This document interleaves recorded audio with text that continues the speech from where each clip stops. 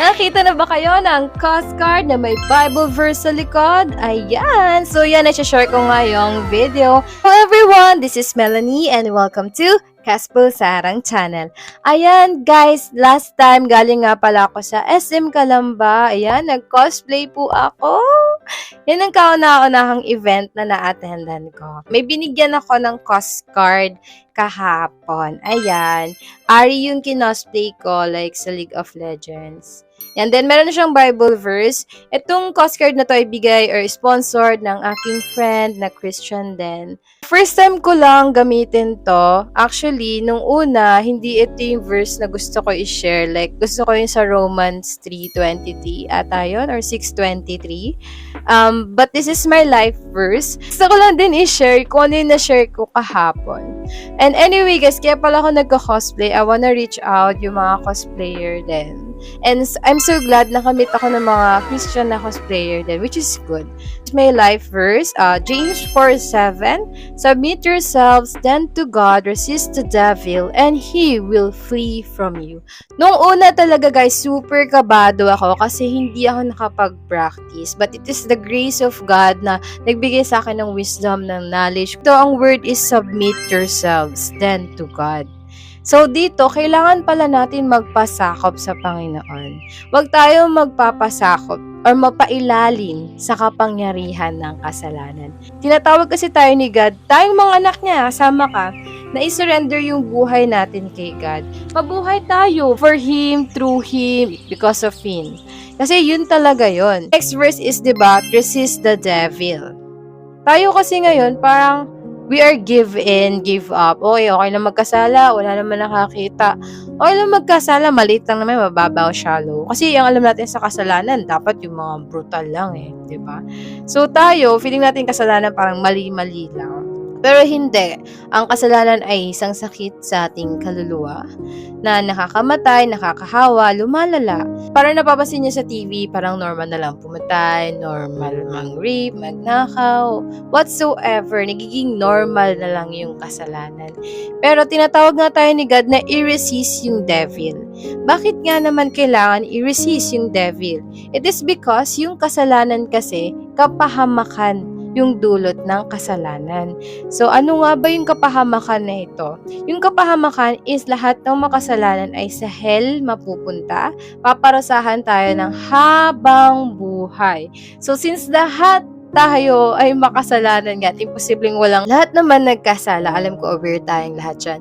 Pero dahil nga ganun tayo ka-love ni God, na ayaw nyo na mag-suffer tayo sa hell. Siyempre, sino ba namang ama ang gusto na makita yung anak niya na nagsasuffer sa hell? Pinadala niya that's right, si Jesus Christ. Para siya yung savior natin. Ano bang ginawa niya? Inako niya yung mga kasalanan natin, na imbis na sana tayo yung magsasuffer sa hell, si Jesus yung nagsuffer sa cross. Pinagdura-duraan, hinubadan, sinaksak, nalagyan ng koronang tinik. As in, to the point nga daw na nilatigo siya nung parang may hiwa-hiwa. Hindi mo na daw ma-recognize si Jesus kung makikita mo. As in, brutal talaga. As in, living sacrifice. Si Jesus is namuhay siya ng walang kasalanan. So, dahil nga doon, inako niya lang yung mga kasalanan natin from the past, present, and future. So, napatunayan lang naman na siya yung Savior kasi after 3 days, nabuhay siyang muli. Walang taong kayang makagawanan. Yun nga, ang kabayaran kasi ng kasalanan natin lahat is mamamatay tayo. Mamamatay tayo physically and then spiritually. Yun nga yung patay ka kasi malayo ka sa Diyos, sa hell ka mapupunta. Pero nabuhay siya after 3 days means napagtagumpayan niya na yung consequences ng kasalanan.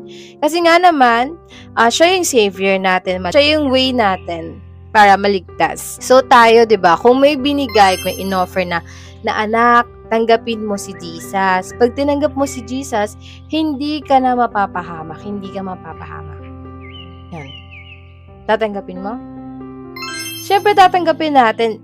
Kasi kapag hindi natin siya tinanggap, sa hell tayo mapupunta. Yung kasalanan kasi hindi siya matatabunan ng mabuting gawa. Pwede sabihin, ako si Melanie na nagnakaw. Ako din si Melanie na naging mapagbigay. Pero kahit anong mangyari, pagbabayaran natin yung kasalanan natin. Kaya meant talaga siya na pagsisihan. Kaysa naman sa hell na tayo umiyak, humingi ng kapatawaran.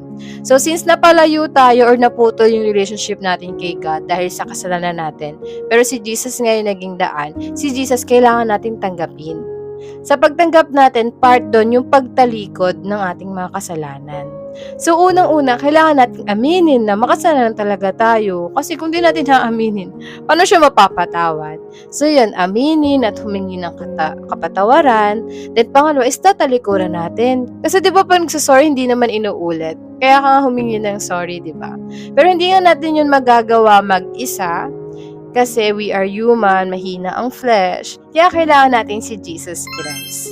Siya na yung mag-work sa buhay natin. Once na tinanggap natin si Jesus Christ, siya yung magtuturo sa atin, siya yung magagabay sa atin na paano ba yung mamuhay ng matuwid or pleasing sa paningin ng Panginoon. Sin, di ba sabi dito, resist, kailangan natin paglabanan. Yung sin kasi is meant to overcome. Hindi i-enjoy, hindi para magpakasakot doon.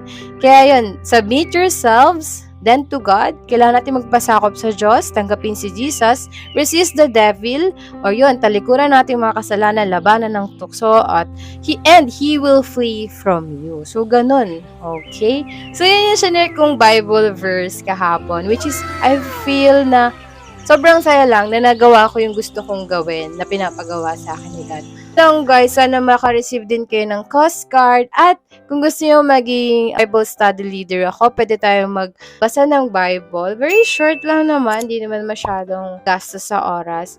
Feel free to PM me. Yun lang. Maraming salamat sa panonood. Bye-bye!